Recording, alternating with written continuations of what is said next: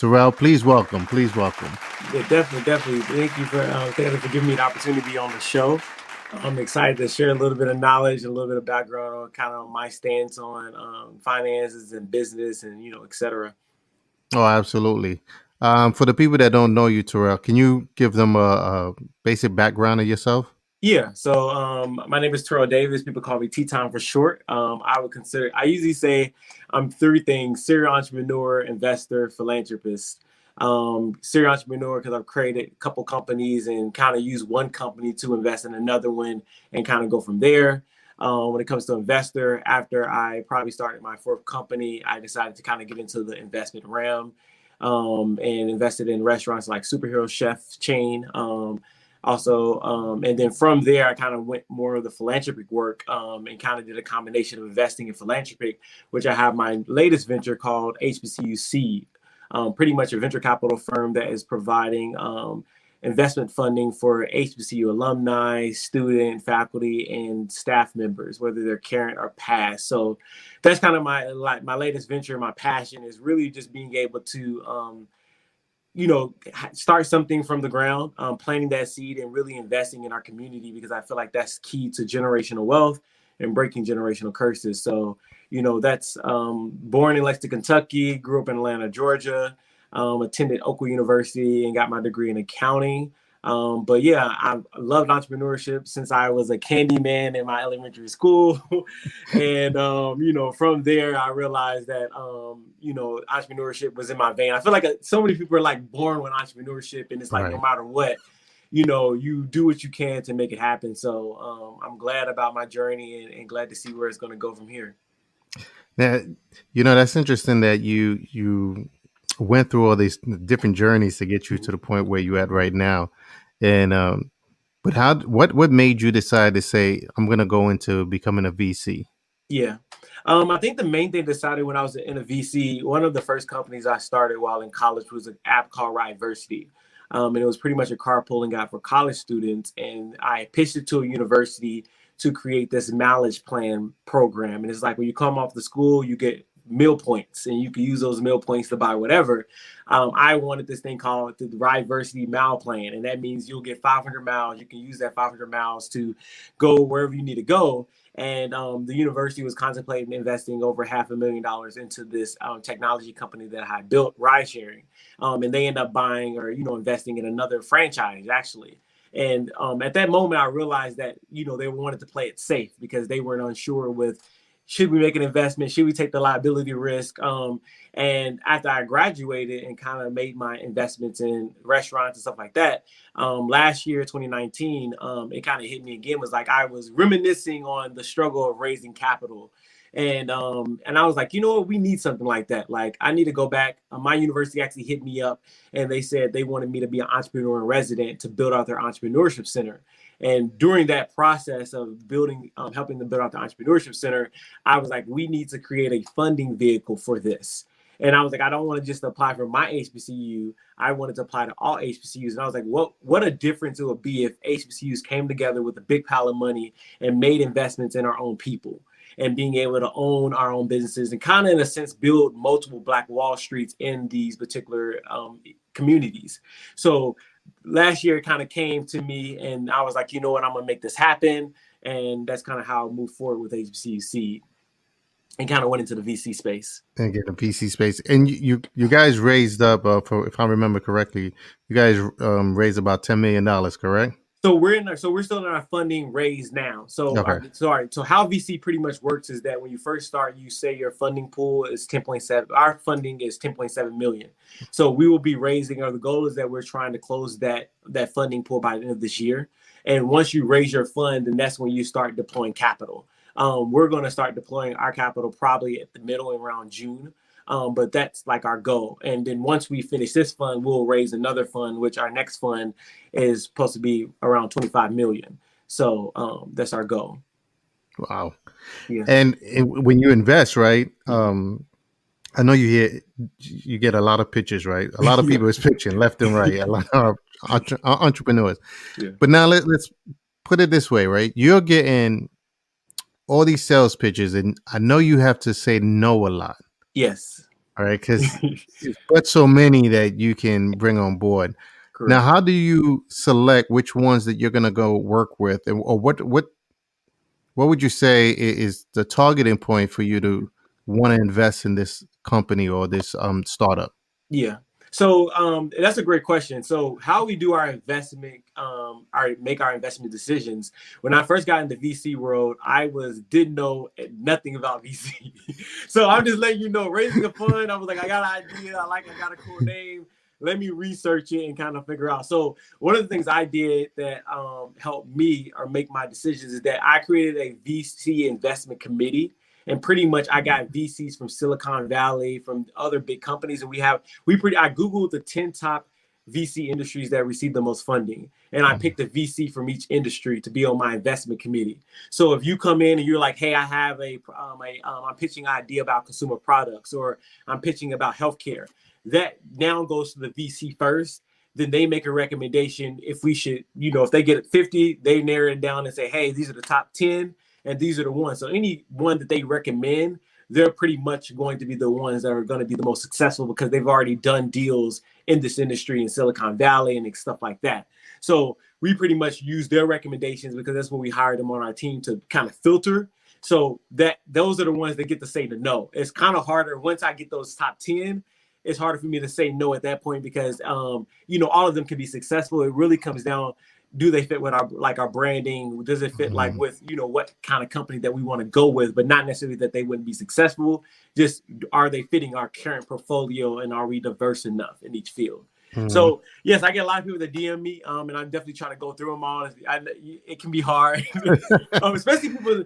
I'm a very personal person, and I have because I have other companies. People get through other companies to Oh, get so through. they gravitate towards you. Yeah. So But you know the good thing about it that you have a vetting process. yeah. A lot of people, a lot of other companies. I don't know what their vetting process is, but it looks like you got a vetting process to get at least the top 10.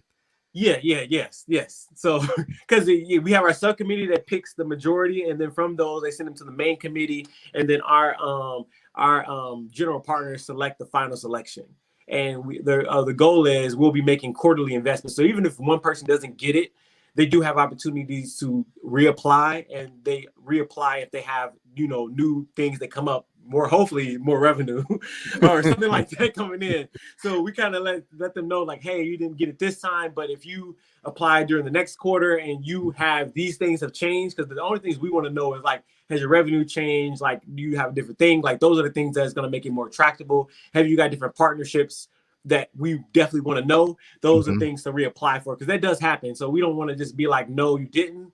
We want you to kind of be able to like, okay, this didn't work for me. Let me go back to the drawing board and see what I can do to, come back.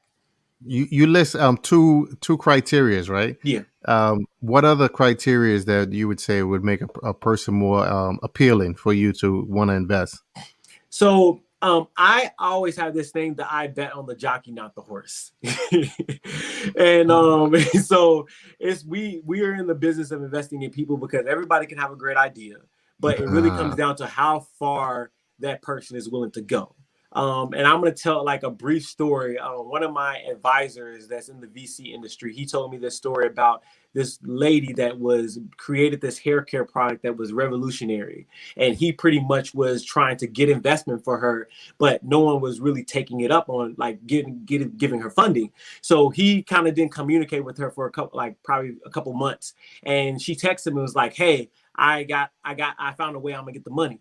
So he called her up and he thinking that she was going to do a loan. And he was like, oh, well, I'm going to tell her that, a loan is not the way. Like, you can get it some other way. And she's like, no, it's not a loan. I'm going to be a surrogate mother to raise money for my Oh, VC.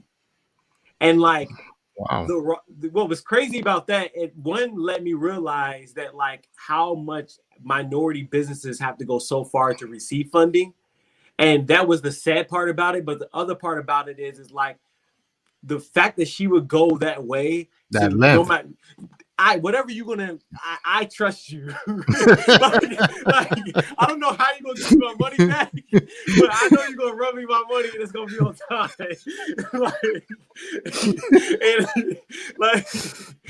I mean, it's not we're laughing, but Yeah, it shows you how dedicated some people are. yeah, Right? yeah, They willing to go to that certain length for them to at least at yeah, least get to the point where they need to get to. yeah, So and this thing that we a lot of us take for granted about when we get to certain opportunities, like opportunities come and go, but some mhm, opportunities they don't last for very long, so you yeah, just got to take advantage of it, and you see who's really taking advantage and yeah, really digging deep yeah, to do what they need to do. So yeah, that story is interesting. So yeah. what was the outcome of that? So what ended up happening was, so she had to do that in order to get the minimum viable product. So she had to get it to get like a sample or get it to physically get made, and then she Okay. ended up getting funding from it. So they pretty much, the criteria was like, come to us when you have a product that we can physically see.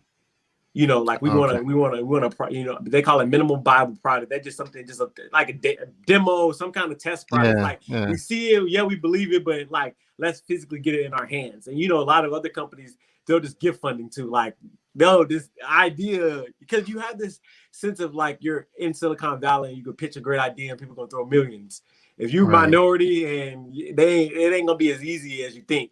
So, that's kind of pretty much what ended up happening with her. And even me hearing the story, I was like, I don't know what she has, because he didn't tell the detail of the thing. I was like, I want in.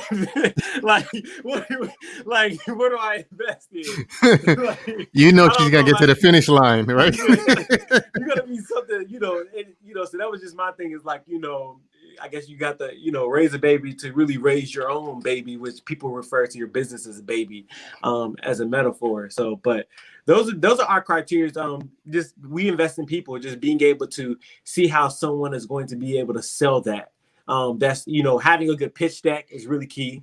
I feel like there's so many tools out there that you can design, or get someone to design. Like, that's easy, because at the end of the day, we are people that look through our eyes, and we're very visual. And to keep in Yes. mind, even though I manage the fund, I also have to be accountable on what I invest in. So I have to have something presentable enough to give to my partners. So if I feel like it's kind of 2003 PowerPoint or something like that, it's hard for me to pitch that, to someone, unless it's already out there and it's fully going. But if you're starting up, I would say use these free sources that make it as pretty as possible, especially if you're pre-revenue. Hmm. Yeah. So I'm still laughing about that earlier. So when the thing about with a deck, you can have a great deck, right? Mm-hmm. I've seen this too. Like somebody would have a great deck, but the presentation, the way they pitched it was wrong, right? Yeah. Maybe they didn't take any courses, they didn't take any classes. Mm-hmm. Um, so sometimes we could miss out on an opportunity because the person doesn't know how to present it well. Yeah. Right. When that happens, when you looking at a deck and you're like, okay, I get a sense of this product. Mm-hmm. Maybe I'm not seeing the full potential because it's not being delivered Yeah. correctly. How do you gauge that? How do you go in and say, okay, do you ask for like the test of the product? Do you Mm-hmm. do like a beta Mm-hmm. to see how the product work and how long? Like, how do you Mm-hmm. go about that? The best test is sales numbers.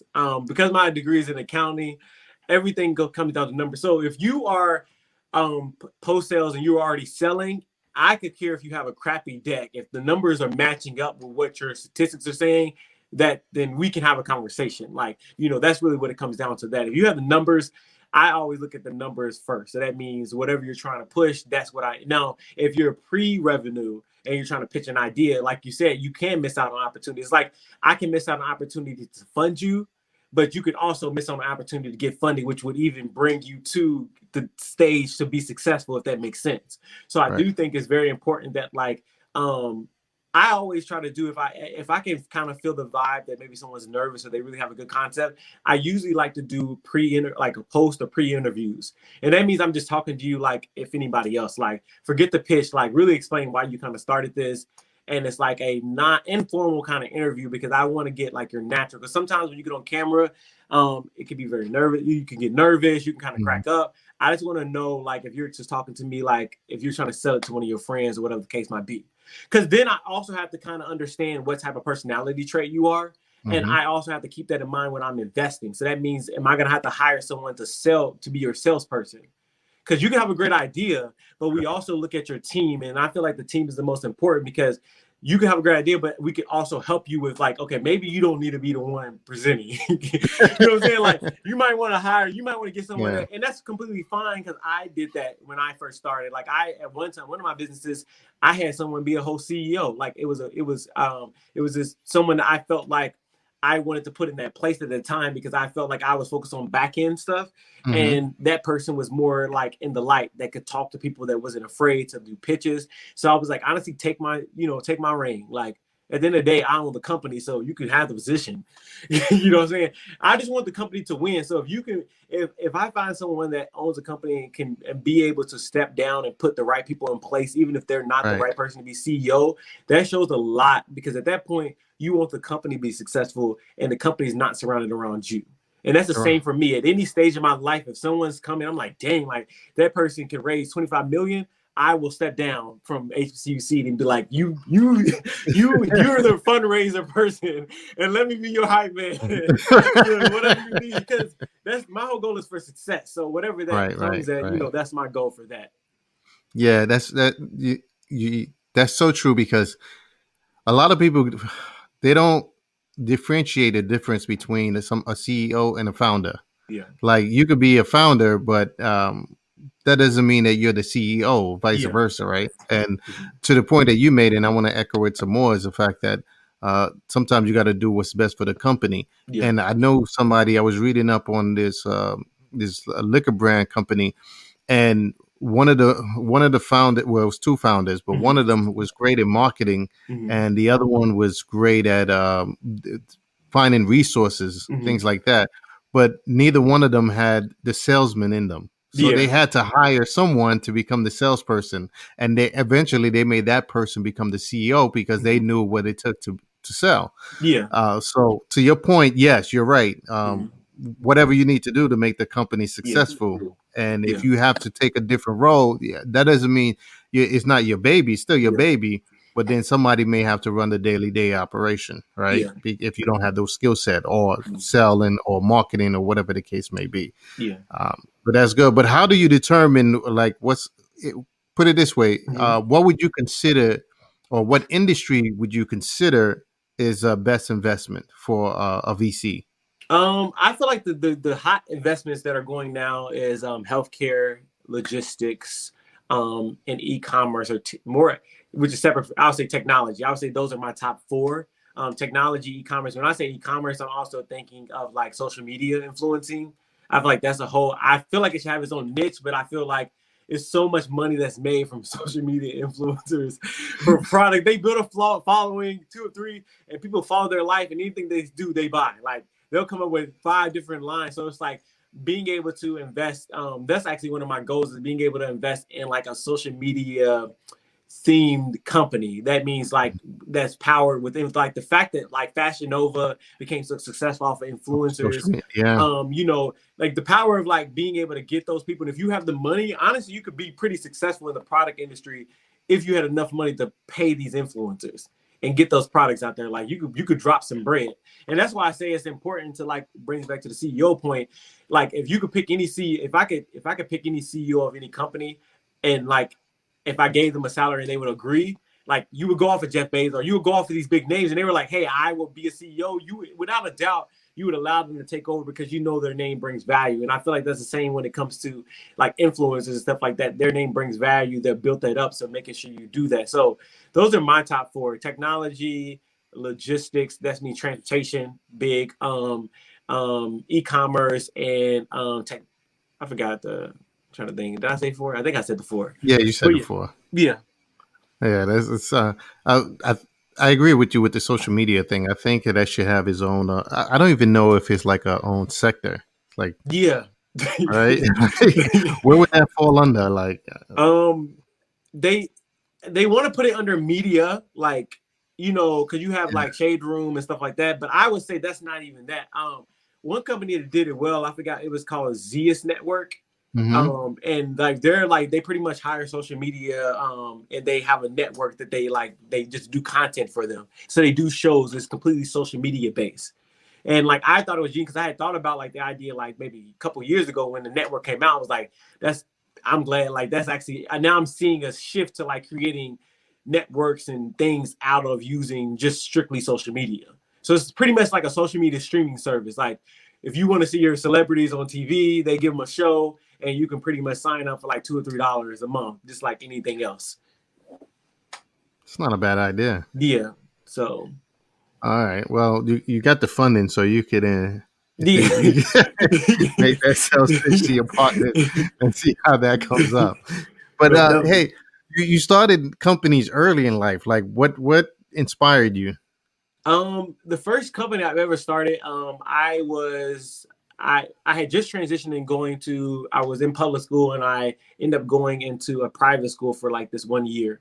And I remember I was sitting in the table and I was eating some now laters. I was probably in like sixth grade, and someone tapped me on the back of the shoulder, and it was a girl. One of the students was like, "Oh, can I have one?" And she was like, "What are these?" And I'm like, "These are now laters." And she was like, "Can I buy the whole?" Like they don't the lemon heads now laters, hot Cheetos. That wasn't a thing at this particular school. And she was like, "I'll buy the whole pack for $1," and they're 25 cents, for the pack. It's on the pack itself. But at that moment, I realized like it's certain things that I had in my community that they didn't have access to. So I took that dollar, put some money together. I went home, bought like cases of now laters and stuff like that, and I ended up bringing it back to school and sold out. And like at that moment, I went from doing that. I have 7 siblings. Five of them live with. I have 5 sisters.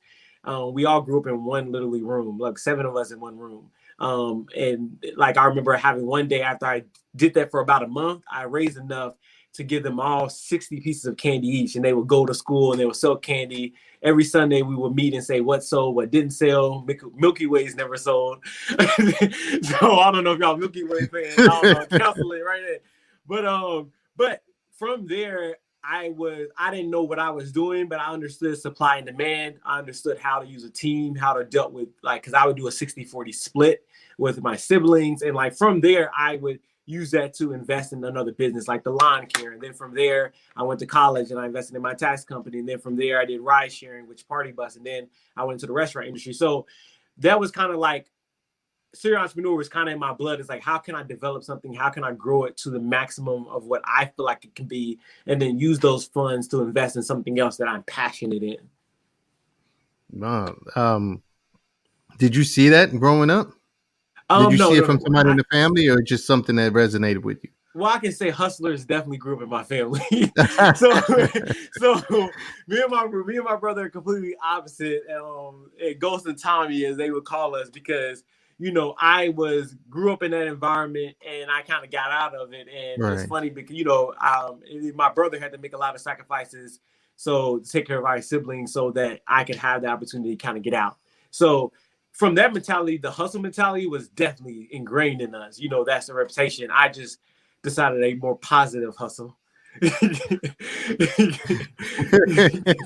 And hey, man, it's everything has a start, right? Yeah, But doesn't have to finish that way, yeah, right? So you can start out from the bottom, and you can start out from hustling. You can start out doing anything, but yeah. ultimately, it doesn't have to finish that way. You can always turn it around and do something else positive. So that's a good shout out to you for turning things around and building this empire that you got going on right now.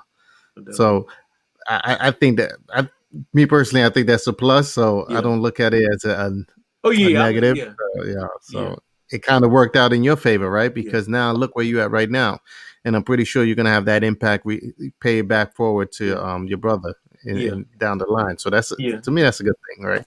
yeah. And it's always doing like the next generation. Like I have 14 nieces and nephews, and like I try to get them as involved as possible. Like when I opened up my first restaurant, I made sure like all of them were there. Like you got to see that you Yeah. can. It's just weird. It's just like having ownership, having something like that. That was probably one of the most emotional moments because it was like you now see them being able to actualize and be like, wow, like my uncle can do this. Like they're having conversations they're doing business plans when I come in. We're doing competitions. This is stuff that those are the types of games I play with them. Is like, who's going to pitch the best pitch? Like when I last visited them before the like last year around about like November, we had like a business plan pitch Shark Tank, and that's kind of stuff that we like to do.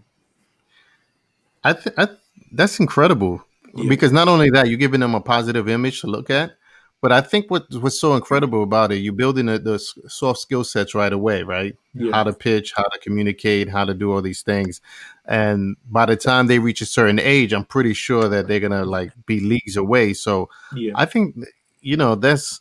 I believe in getting family involved. I actually got a friend of mine that he's his company's at a 10x level right now, but he has family involved like day in and day out, and you see the kids, they slowly maturing into like entrepreneurs themselves because they've been around it for so long. And when you create a kind of space within your household or space within the family where everybody can just chip in and learn and educate themselves, so by the time they branch off and start doing their own thing, they have a piece of that and they take with them. So I think that's incredible.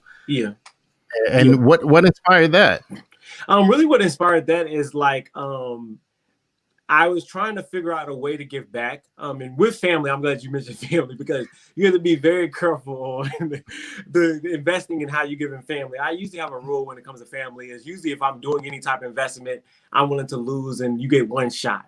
So that means like that's one time I'm willing to put up some money for something, or I'm going to invest in you, but I'm not necessarily don't have to necessarily be a partner because it's only certain family member I will work with. And even my mom, it's funny because like my mom would try to get a job in my restaurant, and I was like, no, mom. I was like, it's just like no, like that's. Hugh texted me the other day, like, oh, they ain't working me that much. I'm gonna come up here and work for you. And I'm like, no, like that's not like, I said, we not hiring.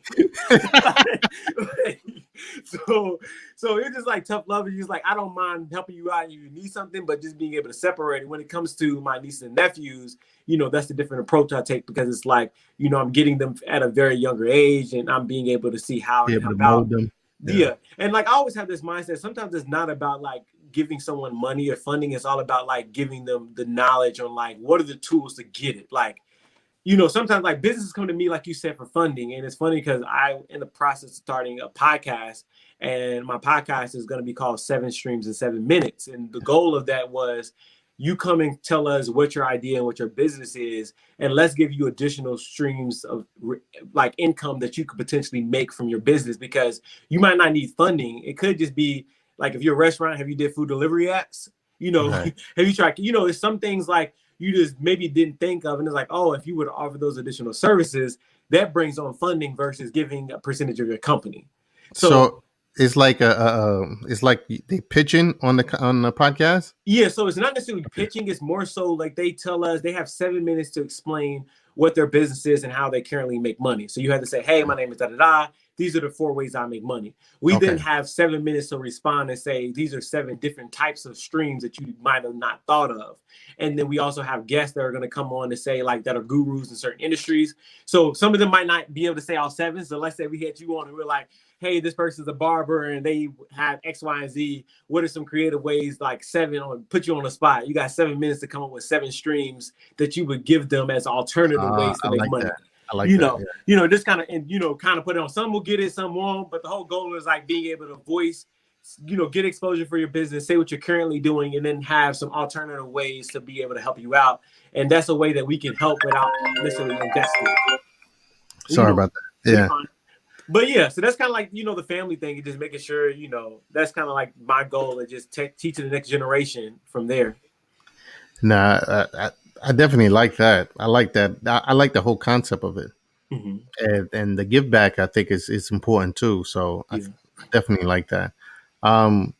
Let's circle back to the VC capital, right? And let's say for example, like Tesla, right? Elon Musk wasn't the founder, but he was a seed investor or angel investor. I'm not sure. I think he invested his own money. But let's just say he invested in there. Eventually, he became the CEO of Tesla, and then from there he started, they took off. Mm-hmm. So if I'm if I have a startup company or I have a great idea and I go to someone and I say, listen, I want you to be um, invest. I want you to invest into this company right here, Mm-hmm. and we have a potential that it could do like maybe 5x in the beginning, but Mm-hmm. gradually just grow from there. Mm-hmm. And uh, I pitch it to you. You're on board, and what is the risk? Because the potential risk Yeah. is that once you get investors on board Mm-hmm. and they take a certain amount of shares or some certain amount of ownership, especially when Mm-hmm. you go public, Mm-hmm. you no longer have control, Mm-hmm. and the investor can go ahead and take over the company. Mm-hmm. How likely is that to happen, or what would you say would be the cause of it happening? So you saying, so just so I'm understanding, so you're pretty Mm. much saying like if a company comes to me, and usually if a VC comes and invest, and Right. with that VC, if they own enough equity, usually like you said, if it goes public, they now have more say than the actual person that started. Correct. Yeah. Correct. And you know what happens in that. I feel like that's why it's very key to pick what VC companies you want to manage, because honestly, that's what VCs do. When they usually, if you're coming early stage, some of those VCs own a big chunk of, because the whole point of getting venture capital is so that you don't have to necessarily get it from some other place. Hmm. So usually if you have a really good VC, depending on what stage you are, they're giving you enough capital to really get that up and going. And then if they are doing another round, they're still in the same circle. They're maybe do one-offs and stuff like that.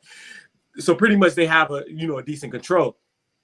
The thing with that is that like from a VC standpoint, how we protect, and I'll say it from the business standpoint too, how we protect our stuff is that whenever you raise a fund, you have 100% value. Like you usually sell 100% equity in like a fund. So just think if you have 100%, we're doing 10 million. So let's say that one person wants to buy $1 million worth, they own 1% of that fund. When they give that fund, they know that this is very high risk. So that means we could potentially lose all their money. Like that's what they're signing up for. Hmm. We're not obligated to give them anything. It's not like a loan or whatever. They're pretty much saying you're gonna, because the goal is that you probably have 80% of your portfolio on flop. Maybe the other 10%, maybe doing between 1 to 5, and then usually the last percentage is 10 to 100x, and they're usually you're betting on one or two of the companies in your portfolio. If you, let's say if you did invest in 10, you're betting on two of them to return the whole fund. Hmm. That's the goal. So that means two of them companies, you hope they return the whole fund. And like one of the VC says, like anybody I invest in, I at least see like a 5x return potential. Sometimes they'll look at it that way. So when it comes to our risk from our investor standpoint, those are the things they know what they're getting in. We have our disclaimers. The goal is that reason why we want it to be the most successful is because we have to raise multiple funds after that. So even though we might close a fund, we can run simultaneously multiple funds. So our $10.7 million fund, once we close that, if we want to do a $25 million fund, we can raise those simultaneously because that allows us to get in future deals. Because once we close that fund, once we make those investments, it's been deployed. But if we see other opportunities come up, we have to now raise another fund because we have to make sure the percentage is right. Because when you make investments, when I return that, let's say we do a 3x return and we Hmm. get $30 million back, if you own 1%, you now get $3 million. So we went. So that's how it works. No, from the business perspective, um, you have to be able to find out what you want. I always advise like maybe not going over 51%, unless you fully want the VC to take on that project and they're going to really do a lot more than just funding you. They might be funding back support. So that means they might find you a COO or CFO, and they Hmm. have like people that they pair you up with, because that's what we do for our foundation part. Like if you're lacking in certain areas, we have people on our team that we trust and was like, hey, you're missing a financial piece. In order to get our funding, you have to hire this person. That's kind of how you slowly get taken over. What happens is you get on, you probably start up, you don't have a lot of back end support. They fund you, and then they recommend people to be on your team to help you out. And then you realize, like, oh, the VC really is owning this company. And technically, if you got a board, if the VC's on your board and they vote you out, like that's how Yeah. Apple, Steve Jobs got voted off his team. Yeah, that's how You know, the the guy with founders, Uber. yeah, the guy with Uber, Yeah, the founders of Tesla, they got voted off too as well.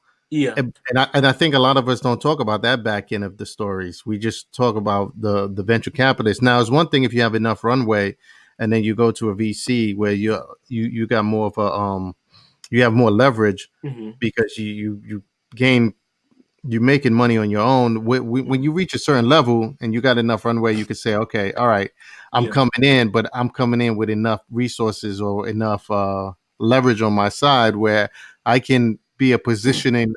I could bargain from a position of power Yeah. because I can say that, okay, I did it up to this point on my own, Yeah. and I aggregated all these not just resources, but Hmm. I income. I built the team together. I Hmm. did the marketing. I did all this. My team and I, we did this, and now we're looking for a VC to take us to the next level, right? Yeah. Then you're bargaining from a level of power. But Hmm. when you're a startup completely, Yeah. and This is owning 100% of nothing is nothing. That's the true, money. That's the model. People be like, oh, CEO. Okay, that's nice, but what's your valuation? And like from VC standpoints, it is nothing. See, and the thing about VCs, and I'm new at this. I'm not necessarily an expert in it, right, but one of the things I've noticed about is strategic partnerships is key. So if we're going to make an investment in a company, more than likely we have strategic partners that can already close a deal. So let's say you're a product company, and let's say one of our board of advisors is on target, and they're over distribution or they're over something that's going to get you in the stores. If you have something that's going to get you in the stores, we're already doing an off deal with with that person saying like, hey, I'm gonna get this I'm gonna invest in this company. Once they agree, we're gonna be able to. We have more leverage at that point. You know what I'm saying? Because at right, that point, we're coming in and we're like, hey, we're gonna give you $1 million, but we're also gonna give you a $10 million distribution deal. We're gonna fund it, but we want majority of that. You can't. We're gonna fund it. We kind of close the deal ahead of time. So pretty much it makes it easier. And what does end up a downfall for the person that owns a business is because you can't close a deal without us. Because at that point, we could be like, we have a connection with Walmart. We're gonna get you in 50,000 stores. Whatever it is, we're gonna fund that, but we want 70% of your company. But this could make you a multi-millionaire. That's when you get on Shark Tank, and it's like they want to do those deals because really it's like the cash is nothing to them. It's really about them being able to reach out to someone and get you in the door. And I feel like whenever you're partnering with a VC for businesses, what I would advise is you want to know who's on their board of advisors, who are going to be their strategic partners, and making sure those strategic partners can help you. So if you see someone and they say, hey, this person on their board of advisors and that actually is going to help you out, like let's say healthcare, and like we have someone that's a CEO of like multiple hospitals or practices, then that's perfect because not only can we invest in you, we can now, that's your first client. You know what I'm right. saying? Like we can now brokerage that deal, and now that's how we look at it. No, that's kind of no. The advice I would give, I always say that if you close the deal, you can always get the money. And the reason why I say that is because like if entrepreneur or business comes to me and they're saying, hey, we have this many purchase orders, or hey, we got this person, a letter of interest or whatever, those are like sweet spots to me. Those I don't really care about your pitch deck. Those like I don't really care if you present. If you have some type of contract or if you have something that you brought to the table and there's money on the table and you just need money to fulfill that, those are like gold mines to us. That's why on Shark Tank, they're like, well, you got purchase orders? Oh, you need money for that? Like, it makes more sense because it's like, I mean, Yeah, and it's that's less why of a risk. it's like, and that's why they say it's contingent upon you closing the deal with whatever. If you close that, I'll give you the money. Give me $2 after each one you sold. Yeah, but But at that point, it's less of a risk. So yeah, for you to invest in, and not only that, you know that the uh, your returns is going to come a lot quicker yeah, because because that's there's how. already product in place. Oh, the Yeah. order's in place. Sorry. No, Go yeah, ahead. no, and that's what I was gonna say. I was like, that's how I did. That's how I found that out when I got my first big investor, and he told me that was a person that said I invest in the jockey, not the horse. And he pretty much said if you give me the deals, I will invest. And like with my tax company, I had to go and I did this thing called a tea time tax tour, and that means I would reach out to universities. They would pay me to come on campus, and I'll file the taxes for free for the students, but the university would pay me. I reached out to probably, I would say, 2,000 universities. There was a lot of no's. It narrowed down to 40 yeses, and then we ended up doing 15 universities. But with those 15 universities, it was over like $100,000 in money that they pretty much said, if you come to our school, we'll pay you the check after you leave. I took those letters of intent and I took it back to the guy and I said, hey, I need like 50K investment to do the sewer. And he wrote the check for it. So, and I gave him back his money at the end of tax season. We went our way. And at that moment, I felt like that was fair. Like, I was like, well, it made me work harder because it was like, I got the yes of saying, if I get you the contracts, I get the letter of intent, you're going to fund it. So that's the same way I look for, even with my VC. If someone comes to me and whether a product or technology, if you have like secured contract or some way secure that someone's going to buy your product, pre-sales, whatever that is, you get moved to the top of the list. And that's a very long list. Yeah. Because everybody think they got their products and the best product. As an entrepreneur, you never look at things like it's gonna fail.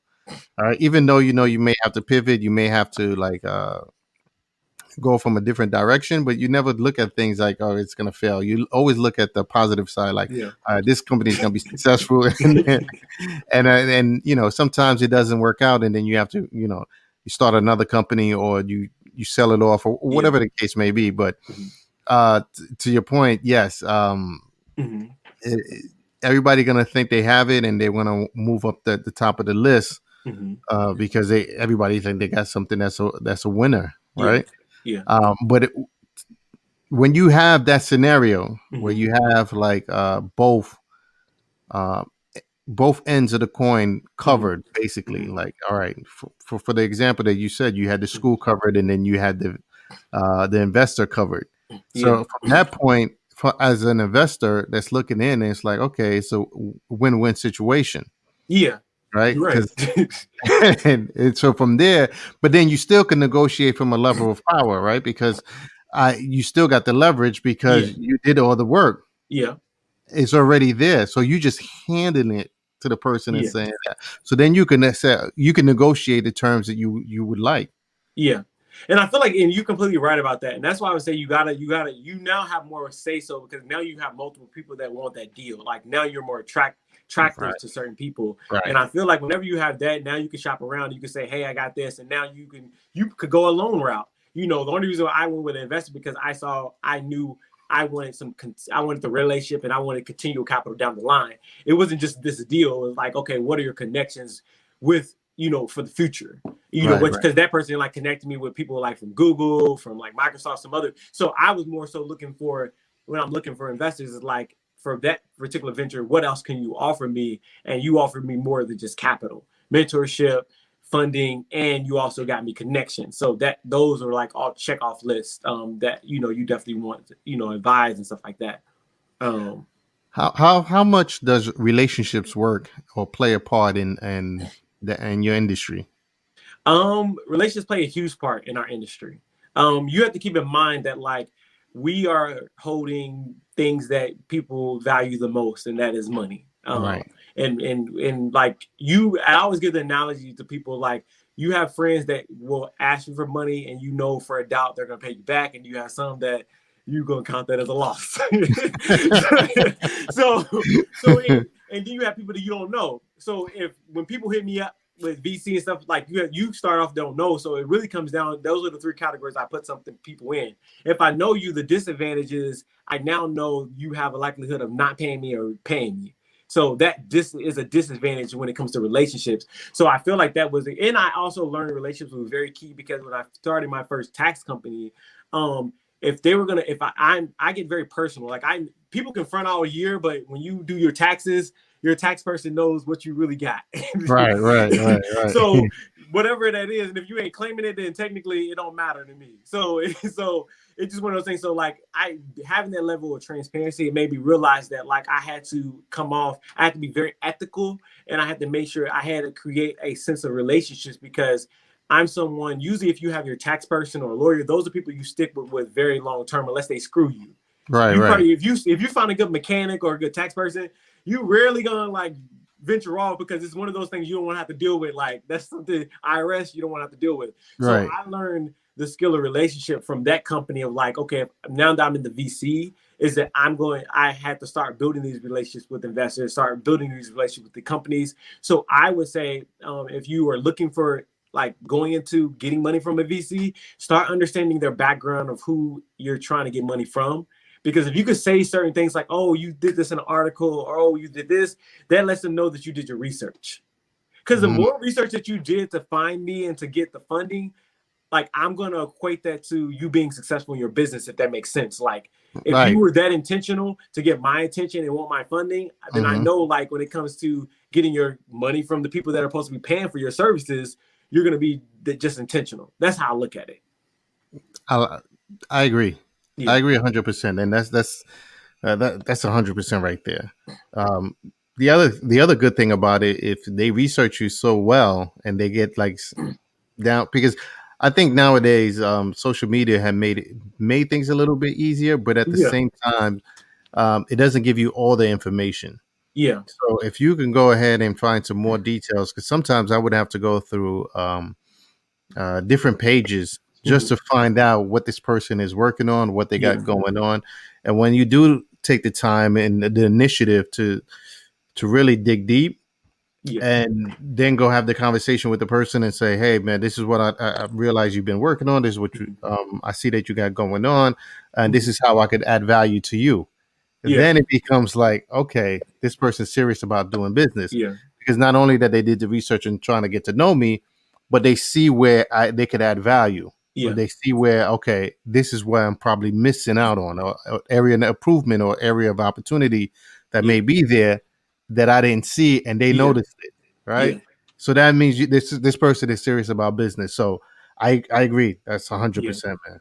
Yeah, and I always said I'm glad you added that value thing. I feel like with any good pitch deck, there should always be who are all the parties that benefit, and it needs to be clear on how it's going to be. Because just because I'm investing in you, some people forget that like the investment, like that's not maybe I don't necessarily always see that as a benefit. So you have to kind of state like in your thing, this is how it's benefiting you of being an investor. People Yeah, just think like I want your money and you invest, and they say all the things that you're going to do to make it successful. But of course, it can kind of be left unsaid that you're going to invest and get a return. But I don't know that. Like right, unless you right. say like in your benefits, like I kind of look for that. Like I need to be able to say like you potentially want to pay me back, That is true, right, or you want to this could help me with my branding, or this fits with my right, portfolio. right, Like so right. when you state a benefits tab, it also lets me know how you're going to benefit, and it also lets me know how your consumer is going to benefit, because a lot of people I have a philanthropic arm. So like if you're creating a product that's going to benefit somewhere, and that doesn't mean like you're selling a product, I get that, but it's like I need to know how it's going to benefit when they buy your product. That's a Right, difference. It's a difference from saying I'm going to market to a person versus this is what it's going to be when someone benefits when they buy my product. So I right, feel like people leave that out. Like, what is your benefits from who's all going to benefit? I want to know how you're going to benefit. I want to know how the consumer that's buying your product is going to benefit. And as an investor, how am I going to benefit in addition to like me receiving a return on my investment? And actually put that in your benefits, because I want you to know that I'm going to benefit from that. You know, no, because people forget that. no, that's you're absolutely correct. And just going to chime in a little bit, Mhm. because one of the things that we had several people, I would say about a handful. Let me take it there. We had a handful of people that wanted to be on the show, Mhm. and the first thing I asked my team when they present, that, hey, this person here, blah blah blah blah blah, and they run down through the list of things. And the Mhm. first thing I always say, okay, so what's the value that they bring in that we're going to share to Mhm. the viewers?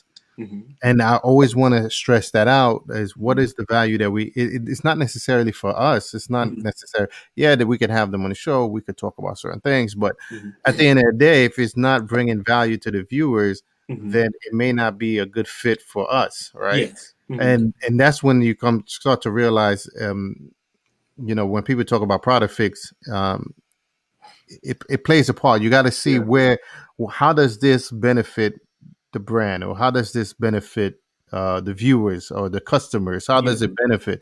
And if it doesn't bring in that much value, then at the end of the day, then you're just doing it just to do it. Yeah.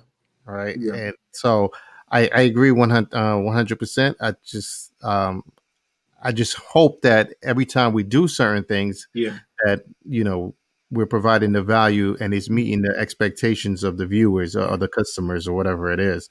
Yeah. And that's really the goal for us. And I'm sure that's the goal for you guys Mhm. because you could take the money, but if Yeah. it's not gonna, all right, I don't believe in taking money if I don't believe that I can do something with the money. Yeah. If it's not gonna be something that's gonna be successful, Yeah. all right, or if it's not gonna be something that's gonna be worth, it's not gonna be worth a challenge, or it's not gonna be a big enough challenge to Yeah. solve a problem that's gonna add value. Correct. Because if it doesn't, then why am I taking the money? Yeah. You know, because then I'm responsible. Yeah. Right? Yeah. Yeah. Yeah. I'm fully responsible, and I don't Yeah. want to be responsible for something that in my mind, I think that it won't add that much value. Yeah. Doesn't make sense, right? Yeah. Then I'm just flaunting it. I'm pretending to be an entrepreneur rather Yeah. than trying to fix a problem or add value to the people out there in the world. Yeah.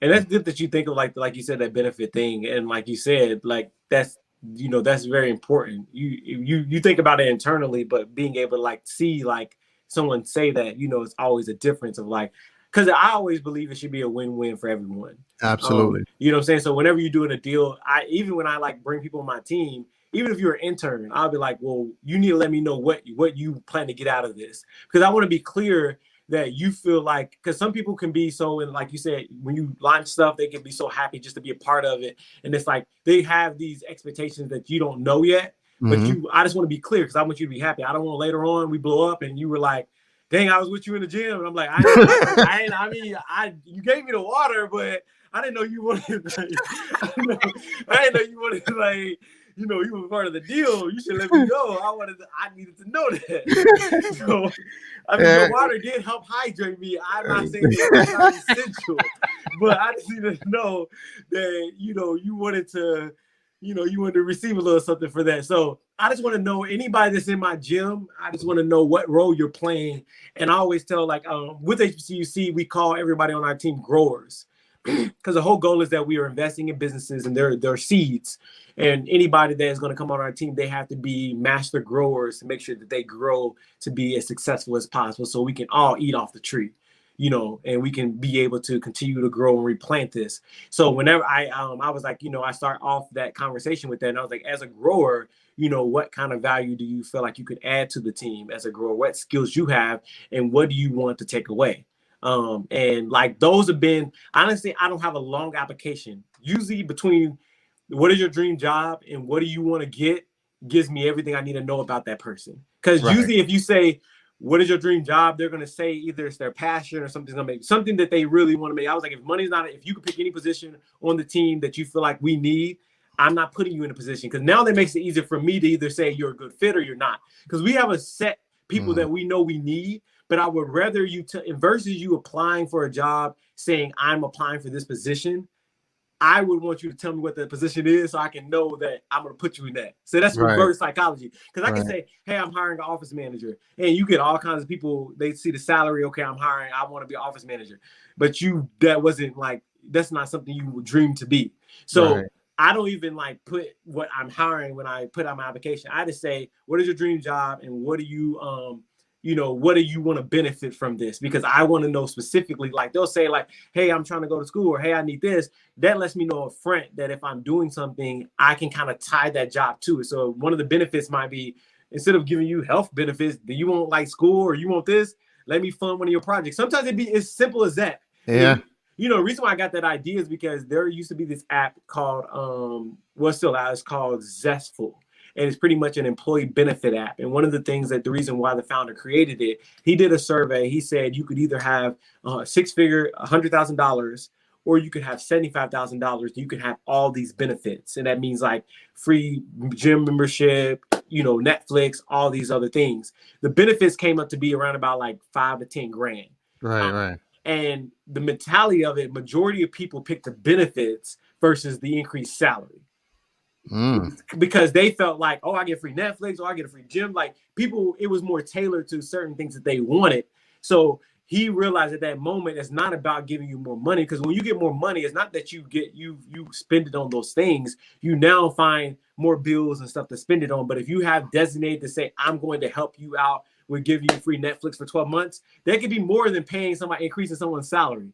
Surprisingly, that could be I don't gotta pay for Disney Plus included in this. Like you have to remember that's like someone's joy. Like going through all their Disney movies, they could That's be on true. their That's downtime, true. and you be like, "Hey, that was $100, and I was gonna Yeah. give you a raise for 10 grand." Yeah. No, I agree. And the reason I say this is so it's interesting because I'm a movie buff. Like Yeah, I love to I can't binge watch. Like I can't like yeah, yeah, like after the first three series, I mean 4 or 5 episodes, I'm like, all right, I'm done. Right. So but I love to watch movies. So even if yeah, it's a great movie, I don't mind watching it over 2 or 3 times. Like I have yeah, no problem with that. yeah, So I get what you're saying. yeah, And sometimes it's like, okay, I can watch this movie for free. I don't have yeah, to do anything. yeah, Okay, it's part of the package. All yeah, right, fine. But then again, that's the one less bill I got to worry about, or yeah, one less transaction I have to do, or yeah, you know, one less step I have to yeah, do. Because now it's like, okay, I can see the benefit of it, yeah, and I can see why it can be more attractive than the yeah, other portion. But yeah, I think if you're a disciplined person, I think you probably want the money. But yeah, if you're the type of person that know, okay, this is making my life a lot easier yeah, and less stress, then yeah. I can see the benefit of it, And and the I think crazy, it adds value. and it's funny you mentioned discipline. It's crazy about it is that our society is so about convenience that people would take convenience over cost. And Yeah, you would think that people would take the salary. And there's only so many mature people that would think like I would take the salary. And those are the same people that realize that getting a refund on your tax return at the end of the year is not a good thing because the IRS is holding your money. So you know what I'm saying? Like, so it's very, very few that will be like, you know what, I can invest and I can do my own thing and I'm good. But like some people would take that Grub South $100 gift card each month for $100. You know what I'm saying? That yeah, would satisfy them. yeah, Like yeah. people were like, oh, I love to eat and I love to travel. Okay, well here's the travel. Like you can here's a hotel or whatever.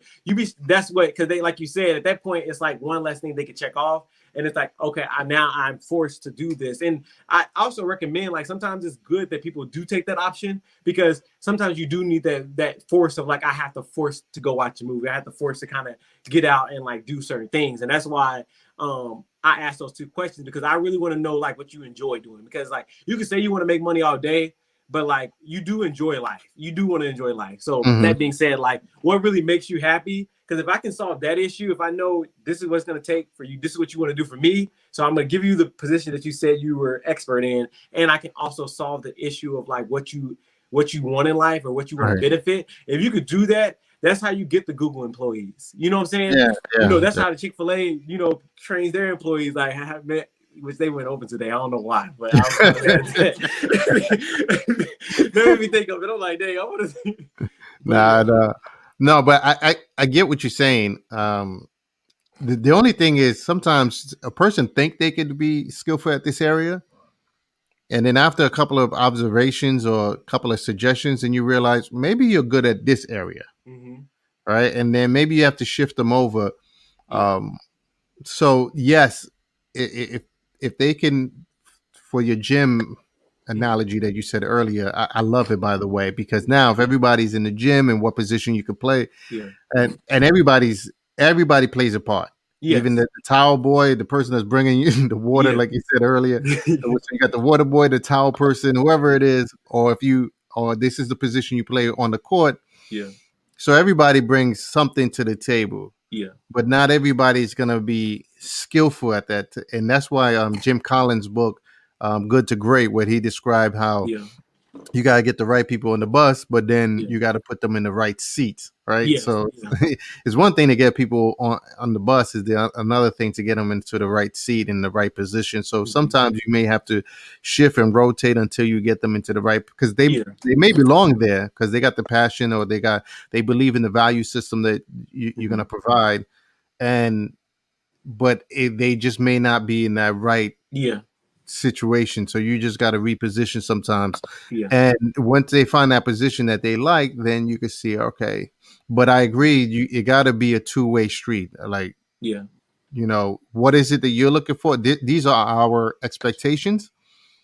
And what are you looking for? What's your expectations from yeah. us? Remember Right. that? Yep. And then once we have that two-way agreement, then it's like, okay, let's Yeah. let's see what can happen from there, because now I see your point of view and what you want to get out of this. Now you know what we want to get out of this, and let's Hmm. try to meet in the middle and make some magic happen. So Yeah, I agree. yeah, man. But this been great. I didn't No, realize definitely. we were. We fine. They went pretty quickly, man. I like this. But T, man, where can they reach you if they needed to? Yeah, so you can reach me on social media. Really, I'm on Instagram mainly, at Mr.TeaTime93. So Mr.Time 93. Or you can reach me at Terrell, Terrel at HBCUC.com. That's my exact email address. So that's the email address I share. But if you go to my social media, on my Instagram at least, and on LinkedIn, Terrell Terrell Davis is my LinkedIn. But yeah, if you search any of those, my email is pretty public out there. Shoot me an email or a text or something like that. Well, not I don't got my text out there, but but shoot me an email or a DM, and I'll definitely try to get back with you as soon as I can. But I appreciate you for having me, and hopefully I can drop some jewels, and hopefully we can do some collabs as well later on, Oh, absolutely. I would and love make some things happen. Hey, man, before we go, I just want to say Hmm. I love what you did with that presentation. Hmm. I think you sent it over to Rick Ross. Hmm. The package alone, I Yeah, thought that was incredible. yeah, The whole presentations, I thought it was incredible. And the fact that Rick Ross reposted, yeah. to me, I thought it stood out. Yeah, And that's another thing, too. Even myself, I got to learn that. I got to learn like how to make it a good first impression yeah, when you're trying to get somebody uh, to represent your yeah, services, right? yeah. So And I can send over that link of the company that I used. I always like that's one of the things whenever you're trying to reach someone big or reaching an influencer, I always suggest doing the lumpy mail method. That means being able to get their address and sending them something so big that like they have to kind of respond or like, what is this? And I know people were visual, and it was like I knew I couldn't send a regular email. So with those, they're called video mailers. I was able to kind of put my vision into that, record it, and then send it. So I know no matter what, when you open it, I'm right there. It's no issue. Like you see me. If it could have been a hologram, I would have paid for it. But like you only, you use those for the people that you're really trying to reach out to. You know what I'm saying? And like get their attention to. Some people will respond, some people won't. The whole goal was not necessarily just respond, but it's like when I do get to a certain way in my career, if my name comes up, they'll remember and see like it's a familiar face. So I even think that from that perspective, I mhm. had like 100 of them. I sent them out to all the HBCU schools, and I sent them out to like, a couple people, Diddy, even send it to Diddy and stuff like that. So I can see when they sign for it, stuff like that. My thing is like, even if they don't respond, I know later on I have intentions on meeting them, and I want to be like, oh yeah, you sent me that. I Yeah, remember getting yeah, that, because I just yeah, yeah. honestly want to know what their thoughts were when they received it, like a couple years from N- now. You know what I'm Nah, saying? it's definitely a wow factor. Like Yeah, the moment I saw it, and yeah, look, you saw the reaction that Rick Ross did. yeah, So it was like a real wow factor. Like, wow, this is big right here. yeah, And he was yeah. thinking about using it too. He's like, yeah, I Yeah, like. that's what I'm saying. So I ended up sending him like the link to do it, and that was a conversation. And that's why I'm glad you said the thing that how it benefits. One of the best things that I've done with that video mailer is being able to share that how I did mine with other people, because the next reaction is like, I want to do this for something I have. So if you're gonna do something or put content out there, if it's gonna be so great where it's like, I want to do it for me, that's the best response you can have, because now you're helping them, you're benefiting. Because he was like, I need this for my thing. Like if that's the mindset, and that's really been, I kid you not, every person, like even when I talk to the university, they're like, we need to send this out to our alumni. Like, how can I get the video? Like, who designed it? Can I get your designer? So that's a really dope thing to be able to do when you create something, you're reaching out to something. If you can create something so dope that they want to use it themselves, that's how you can benefit them.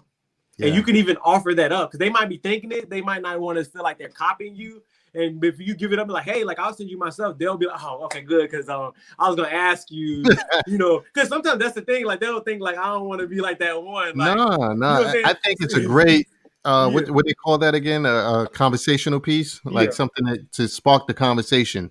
yeah, And from there, look how it evolved. yeah, Look, like it evolved. So I think that's a great tool, man. yeah. It's a great tool. No, I like definitely, that. definitely.